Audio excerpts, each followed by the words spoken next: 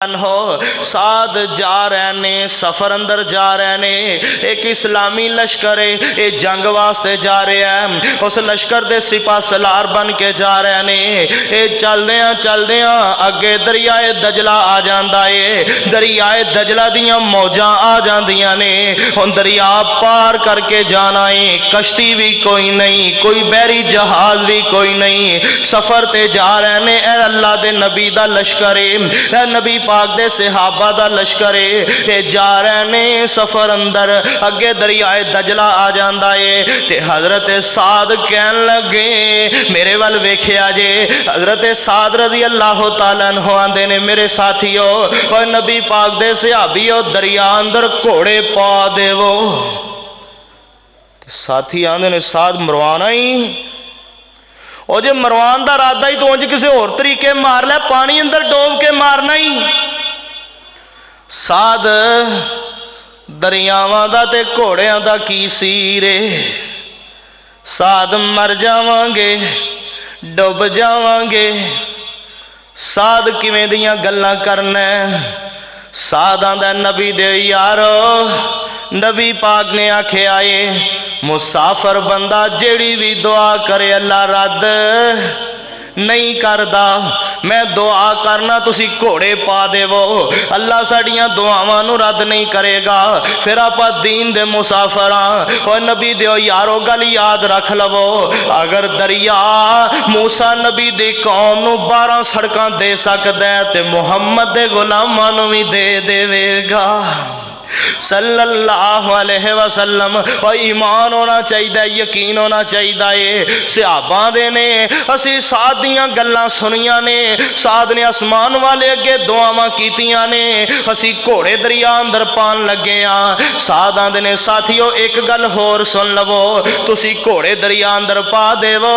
जिदा नुकसान होएगा, जिन्ना भी नुकसान होवे मैं साद पूरा करके देंगा। पाओ घोड़े दरिया च। सहाबा ने असी घोड़े दरिया च पा दिते ते मैं वाकया पढ़िया ते अल्लाह दी कसमें मेरे दिल दियां तैवां भी ठर गईयां। हजरत साद रज़ी अल्लाह तआला अन्हु दे नाल दे साथी आंदे ने जदों असी दरिया अंदर घोड़े पाए ने ते घोड़े एवें जा रहे ने जिवें चटियल मैदान अंदर चले ने। दरिया पार कर गया। इत्थे फिर मौलवी शमशान दा कलम भी हरकत अंदर आया ते की आंदे ने और जदों पक्का सच्चा मुसलमान ए मुसलमान सी एना बेड़ियां जहाज़ां वल कदों ध्यान सी। और जदों पक्का सच्चा मुसलमान ए मुसलमान सी एना बेड़ियां जहाज़ां वल कदों ध्यान सी।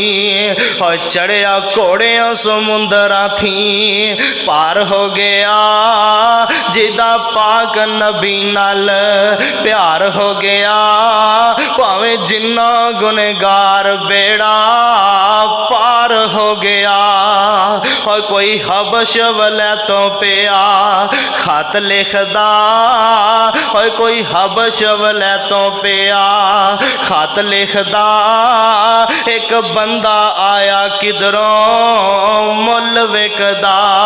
और लाल ये परीत काला रंग भी श्रृंगार हो गया। जिदा पाक नबी नाल प्यार हो गया।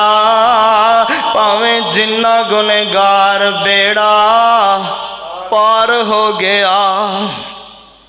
हजरत साद रज़ी अल्लाह तआला अन्हु दे साथी दरिया पार कर गए घोड़ियां ते बह के। जदों दरिया दे पार पहुंचे ने एक सहाबी कहन लगा साद जी तुसीं आखिया सी जिहड़ी किसी दी शै डिगे जिहड़ा नुकसान होवे मैं साद पूरा करके देंगा। साद प्यारिया मेरा एक प्याला डिग पिया है पूरा करके दे।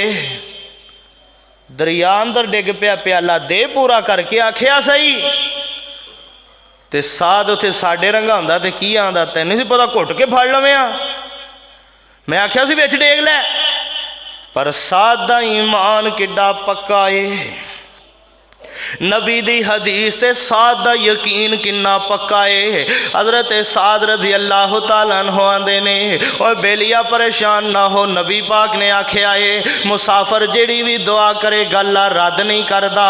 साद ने सिर सजदे रख ले आए, सजदे अंदर सिर पा छड़े आए, सजदे अंदर पै के आंदा है अल्लाह तेरे नबी ने आख्या है मुसाफिर जेड़ियां दुआवां भी करे अल्लाह रद्द नहीं करदा।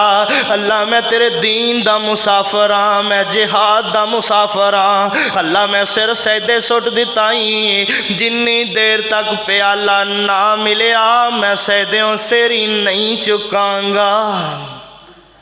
कदे तू भी एवें आख्या अल्लाह जिन्नी देर पुत्र ना देवेगा सिर सजदों चुकना ही नहीं?